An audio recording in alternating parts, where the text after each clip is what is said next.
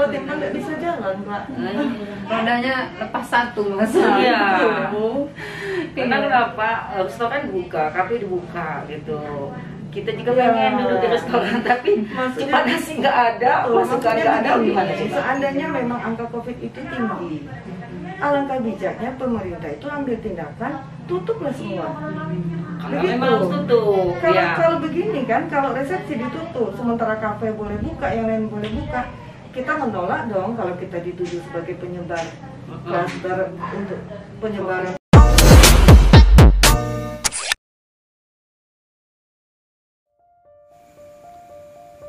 Dunia saat ini sedang menghadapi pandemi yang disebabkan oleh SARS-CoV-2 atau virus corona.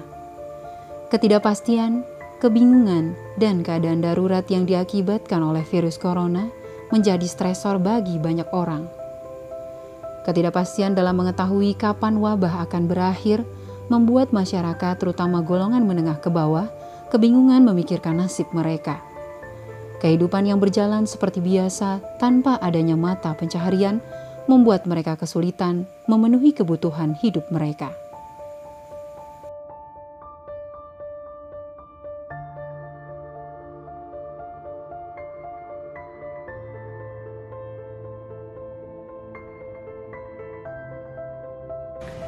Assalamualaikum warahmatullahi wabarakatuh. Ketemu lagi di channel Feby Pratita untuk review jujur, dan kali ini kita dari Salon Sherly Jidin ya.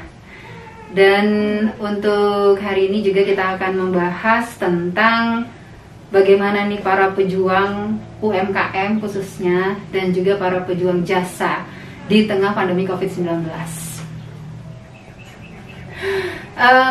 Feby nggak sendirian karena sudah ada bersama Feby ini ada dua orang para pejuangnya. Kita kenalan langsung saja. Di ujung sana dengan baju merah, jilbab merah. Ada, kami sering panggil namanya Inga Sherly, tapi nama lengkapnya adalah Sherly Marlianti. Selamat siang, assalamualaikum. Waalaikumsalam, selamat siang Ibu. Iya, apa kabar Inga? Alhamdulillah, sehat. Sehat ya. Di sebelah kiri saya juga ini bajunya cantik sekali, putih coklat. Ada, panggilnya Mbak aja ya, Mbak Yusni. Mak. Oh, Mak Yusni Syabila. Iya. Iya, assalamualaikum. Waalaikumsalam, selamat siang sayang. Iya, Mak memang kece ya. Iya. Nah, untuk siang hari ini kita ngobrolnya tentang bagaimana nih setelah COVID-19 atau pandemi itu sudah berjalan hampir 1 tahun ya, kurang lebih 1 tahun. Ini keadaan para pejuang jasa ini seperti apa? Khususnya kebetulan karena dari Salon Sherly Jidin, jadi ini mereka ini orang-orang yang berjuang di bidang wedding organizer atau di bidang resepsi pernikahan dan lain-lain. Mungkin cerita dulu deh sedikit. Inga, Sherly, boleh cerita dulu gimana nih selama 1 tahun ini perjuangannya? Ya betul. Jadi semenjak adanya COVID itu betul-betul ekonomi kalau secara sendiri, maksudnya secara untuk yang diusaha kita sendiri boleh bisa dikatakan keadaannya tuh hampir terpuruk. Apalagi di saat awal-awal PSBB 1 pertama kali dulu kan memang pemberhentian total itu, dari paket-paket misalnya pesta resepsi ada yang mengerucut menjadi akad, ada yang betul-betul akhirnya batal, ditunda dulu gitu, ada yang malah ditunda. batal ya. Ada yang itu yang akad juga kan, karena begini seluruhnya jadi bingung, dari masyarakat sendiri yang membutuhkan jasa kita itu juga bingung gitu kan, apalagi kita yang pemilik jasa. Jadi 1 tahun memang setengah Maret lah gitu. Ini waktunya berjalan terus loh, 1 tahun itu nggak sebentar gitu kan. Jadi kalau bisa dibilang kita bahasa Bengkulu mungkin coba tanahnya tuh di sini gitu kan. Nah, tiba-tiba hilang selama kurang lebih 1 tahun, itu bukan satu hal yang mudah itu. Gimana selama ini menjalankan? Ya begitu, sama aja kayaknya ke seluruh teman-teman juga begitu. Dari awal itu berbagai macam cara untuk bertahan hidup kan, karena kita betul-betul semuanya kan dengan tiba-tiba. Jadi mungkin dari persiapan kita sama-sama tidak siap gitu kan, ya bertahan hidup Mungkin dengan pembukaan yang kemarin Agustus ya Mak, kalau nggak salah sudah mulai boleh pesta itu resepsi, kita mulai ingin usaha kita hidup bahagia kan, kalau sudah bisa resepsi kita ikuti dengan prokes yang walaupun akhirnya mungkin karena aturannya juga tidak jelas ya, kalau sekedar masker dengan cuci tangan kayaknya semuanya udah ngikutin. Menguras tabungan ini ya. Sangat. Menguras kosong. Iya, iya. Sudah jadi kosong. Minus ya, Mak ya. Sangat banyak yang harus ditutupi dengan beberapa bulan ini, dengan kembali diaktifkan. Gitu. Jadi mungkin banyak yang belum tahu ya bahwa di awal-awal PSBB itu kan semuanya sudah ada surat edaran bahwa tidak boleh melaksanakan sebuah keramaian termasuk resepsi. Nah, terus kemarin sempat dibolehkan, tiba-tiba ditarik lagi. Betul. Iya. Mungkin Mak mau cerita, Mak? Oh iya, waktu itu kawan-kawan perawat, MC dan juga para pekerja seni di bidang tari dan sebagainya itu sempat kemarin mengadakan aksi damai di kantor Pak Wali Kota. Direspon, kami sangat bahagia sekali dan kami mulai mengatur perencanaan dan sebagainya dan sempat ingin mengumumkan bahwa ayo gitu. Tapi kenyataannya kelang berapa hari? Cuma 2 jam. Oh, ternyata kalau saya cuma kelang 2 hari, saya melihat ternyata dapat kabar lagi bahwa kembali pada aturan yang diedarkan oleh Bapak Wali Kota kita yang selalu kita rindukannya, dengan seperti yang dipaparkan oleh Adinda Seri tadi, bahwa mereka mempunyai bahwa situ cuma nasi mereka gitu. Dan pada umumnya mereka ini single parent kata orang itu kan, yang sangat-sangat menjadi beban sekali buat mereka gitu. Dan juga kalau saya ini kan bisa bawa acara, biasa ngejob tari dan sebagainya, biasa melatih, semua itu Hilang tutup jobnya. Iya, tutup, Melayang job. ditutup. Apa ini yang bersama surat edaran? Nah, jadi saya udah merespon aja, nggak apa-apa nak, kita latihan, kita syuting dan sebagainya. Tapi ya orang tua mereka kayak khawatir gitu. Ya pasrah saja dengan keadaan sekarang dan berupaya dan berusaha selalu. Kami tidak menyerah, berharap sekali kalau Bapak Wali Kota memimpin kita di kota ini yang kita sayangi dan kita cintai, agar dia memiliki hati nurani, memandang kita lah, melihat kita kalau bahwa surat edaran itu timpang gitu, tidak adil buat kita. Timpang yang bagaimana nih Mak? Mungkin bisa dijelasin sedikit. Iya, karena di kafe, restoran, tempat keramaian lainnya kan masih bisa buka dengan aturan jam. Kami sebenarnya bisa juga seperti itu dengan aturan jam, dari jam sekian sampai jam sekian kami mau diatur seperti itu. Kami akan resepsi kan, emangnya pernah resepsi 1 hari ya? 3 hari 3 malam gitu. ada sekali yang 3 hari 3 malam ngumpul Itu orang. jam ramenya itu paling-paling 1 jam. Iya. Iya kan, paling-paling itu 1 jam. Jadi sebenarnya gini Mbak Baby, kita itu dengan keluarnya surat edaran, emangnya kita udah bahas surat edaran? Iya, tadi karena sudah ada gitu ya bahwa pelarangan untuk keramaian intinya. Jadi maksudnya gitu. Jadi kalau kita kembali ke surat edaran Wali Kota itu yang tanggal 16 Desember itu kan, sebenarnya kami yang pekerja, para penjual jasa untuk bidang resepsi itu memang merasa kecewa. Kekecewaan kami itu seperti itu. Maksudnya dengan kafe masih boleh dibuka sampai jam 10 malam, restoran, terus pasar masih dibuka dengan mall dan lain-lain. Banyak kenyataan sendiri di daerah pantai itu kan tetap ramai setiap sore. Mandi di pantai Jakarta itu juga tetap ramai. Itu yang akhirnya bikin kita tuh sedih. Kok resepsi nggak boleh gitu ya, Betul. tapi kok keramaian masih ada. Betul, gitu. sementara kita sama-sama tahu di resepsi itu lebih bisa kami menerapkan prokes ketimbang orang di kafe. Kayaknya begitu sih kalau Jadi menurut saya. aturannya harus kalau yang bikin acara biasanya ada WO namanya ya. Iya. Yang punya Ada WO penitia, itu betul. tegas gitu aturannya. Iya. Bu nggak boleh duduk, silakan pulang langsung gitu. Iya kan? Ya, seperti itu. Iya. Iya. Nah, kalau dengan kejelasan kan, misalnya dari awal memang pernah keluar edaran itu ya untuk nasi kotak.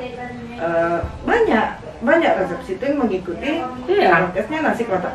Kalau terjadi pelonggaran, sebenarnya kami menolak kalau resepsi, arena resepsi seakan-akan kan tertuduh resepsi itu menjadi kluster penyebaran COVID. Iya kan? Dianggaplah kita tidak taat aturan, melanggar prokes. Sementara sendiri bentuk. Baik. Nah, terus mungkin yang perlu kita ketahui juga kan di sini istilahnya cuman penjual jasa yang terkait dengan resepsi. Kita mungkin tahunya cuma satu pihak. Ternyata yang ada di dalamnya itu banyak sekali. Nah, mungkin bisa nih disebutin siapa saja orang-orang yang akhirnya mengalami nasib yang dibilang kurang beruntung ya karena adanya peraturan-peraturan yang membuat masyarakat ini ya. Siapa saja itu? Ingat. Dari kami pihak-pihak yang terlibat di dalam satu resepsi itu kurang lebih di data kami yang kami miliki mungkin itu udah belasan divisi. Jadi mulai dari salon, perias, mereka kan kalau perias kan MUA sendiri, ya. Terus pemilik tenda, usaha tenda, musik, organ tunggal, catering, para singer, MC, sanggar-sanggar tari, kena semua. Sanggar-sanggar tari. Terus kalau dari pelaminan itu kan kami memakai jasa taman. Nah, maksud saya begini Mbak Febi, jadi dampak dari surat edaran itu betul-betul kami itu yang jumlahnya ribuan itu sangat mengalami kesulitan. Karena begini, sebenarnya seperti taman itu ya, yang mengisi-ngisi di depan pelaminan itu tuh nggak banyak uang yang mereka hasilkan, tapi itulah kehidupan mereka. Setiap kali taman keluar untuk satu pelaminan mungkin harganya di kisaran 250 sampai 350 ribu. Tapi betul-betul memang tergantung dari situ kehidupan mereka. Seharusnya seperti pemerintah, timbangkanlah bagaimana kehidupan kami. Terus juga bagaimana keadaan pasar. Maksudnya begini, dengan peniadaan pesta, bagaimana orang rumah dengan persiapan, semisal namanya mau pesta, tentulah mereka sudah memberi panjar, memberi DP ke tukang beras, ke penjual daging, penjual ayam, ikan, bumbu. Iya betul itu. Kalau timbang nggak bisa jalan, Mbak. Rodanya lepas satu mas. Iya. Karena kenapa? Restoran kan dibuka, kafe dibuka gitu.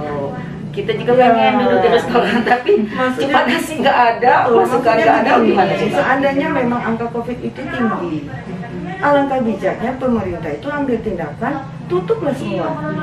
Kalau memang harus tutup. Kalau begini kan, kalau resepsi ditutup, sementara kafe boleh buka, yang lain boleh buka, kita menolak dong kalau kita dituduh sebagai penyebar kluster untuk penyebaran COVID. Tentu kita menolak karena kita sendiri takut COVID.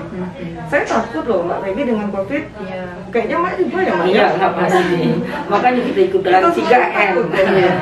Kita takut COVID, kita tetap jaga prokes, begitu. Alangkah baiknya. Jadi begini, kita siap nggak?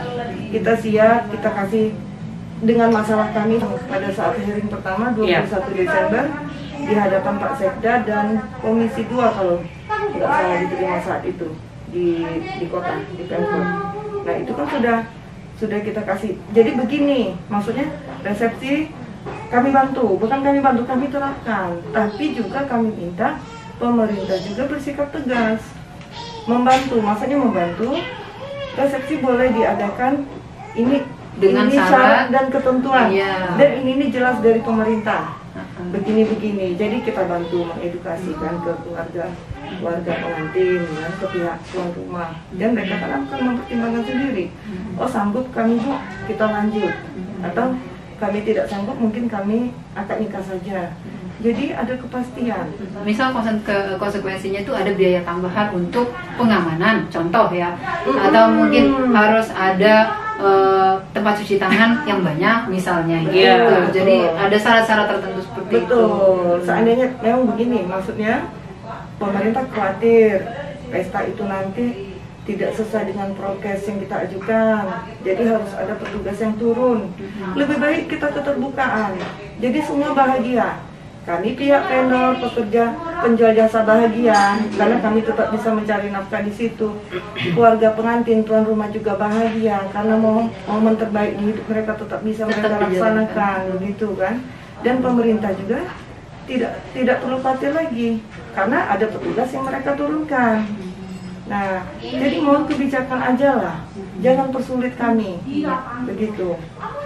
Memang pada waktu itu ya, Feby, pernah dibuka ada sedikit kelonggaran. Tetapi banyak yang bandel menurut pemerintah kan seperti itu, yang tidak mengikuti aturan itu setengah-setengah. Di luar itu mereka mulai amburadul lagi kayak gitu. Nah, kalau saya berpendapat, kalau boleh saya mengasih masukan sih, bahwa itu adalah satu pengalaman buat mereka, buat kami. Anggap aja silakan hukum kami, tapi jangan segitu lama lah gitu. Hukum kami silakan. Kalau seandainya kedepannya lagi setelah ada surat edaran ini kami melanggar seperti itu, ya kami siap dihukum lah. Kasihkan kesempatan lagi, kasih kesempatan sama kawan-kawan, kasih kesempatan keluarga-keluarga yang memiliki hajat gitu kan, yang ingin pesta kayak gitu, bahwa benar-benar diikuti. Inilah aturan pemerintah, bahwa dengan mengingkari aturan pemerintah maka ada sanksi kan gitu. Dan kami lebih baik dipertegas seperti itu, dan kami minta maaf apabila kelonggaran yang diberikan kepada kami tidak mematuhi, mungkin hanya 50% kawan-kawan yang lain gitu. Tapi ini adalah sebuah pelajaran pengalaman, dan kami akan menganggap bahwa itu adalah pengalaman yang paling berharga buat kami. Itu aja sih. Iya. Jadi ini bukan permasalahan satu pihak saja, tapi ini banyak sekali yang kena dampak dari COVID-19. Mungkin kemarin kita sempat berpikir bahwa COVID ini oke lah mungkin setahun, ternyata nambah waktunya. Dan itu betul-betul itu yang bisa diprediksi. Iya, kan? betul. Nah, ini mungkin sedikit bocoran aja. Selama kurang lebih 1 tahun ini dengan pemasukan yang jauh sekali tidak ada, bahkan tidak ada. Ini untuk kehidupan sehari-hari itu nutupnya gimana? Sejujur-jujur, ya itulah makanya saya bilang dari awal tadi kan. Jadi kita pada saat kita dapat kesempatan lagi untuk berkarya, untuk berbisnis lagi, untuk mencari, jadi kan yang minus-minus kemarin ini harus kita tutupi. Ngerti lah sendiri kan, jadi kita tuh bertahan tuh dari mana gitu lah. Karena sekian bulan mungkin yang jual. Betul, kalau saya sendiri dengan pengurangan karyawan itu jelas sekali itu. Pengurangan karyawan itu sangat kasihan memang. Kasihan, kita nggak mungkin memakai jasa mereka, kita tidak bayar, ya nggak mungkin. Saya betul-betul nggak bisa lagi gaji adik-adik kan pada saat itu kan. Makanya pada saat kita sudah mulai dapat izin resepsi, memang luar biasa bahagia. Kita semangat lagi. Dan pada saat dapat lagi surat edaran penghentian resepsi, mulai stres lagi. Dan kayaknya kalau kita turun terus, imun kita turun, mungkin lebih mudah ya. Itu lebih bahaya lagi. Nah itu. Iya. Baik nih, jadi buat semua yang mungkin nonton ini mempunyai pengalaman yang sama, atau mungkin juga saat ini juga sedang berjuang sama seperti ini mak saya ini banyak yang mengalami, hampir seluruh di daerah-daerah yang ada di Indonesia ini semuanya down gara-gara pandemi. Jadi tidak ada lagi pesta, tidak ada lagi keramaian, ada pelonggaran lagi. Oke, jadi mungkin harapannya khususnya untuk Bengkulu ya. Tapi itu tadi, betul. Bengkulu, kalau daerah lain ada waktu ini. Betul. Seperti yang disampaikan oleh Ma atau juga Inga.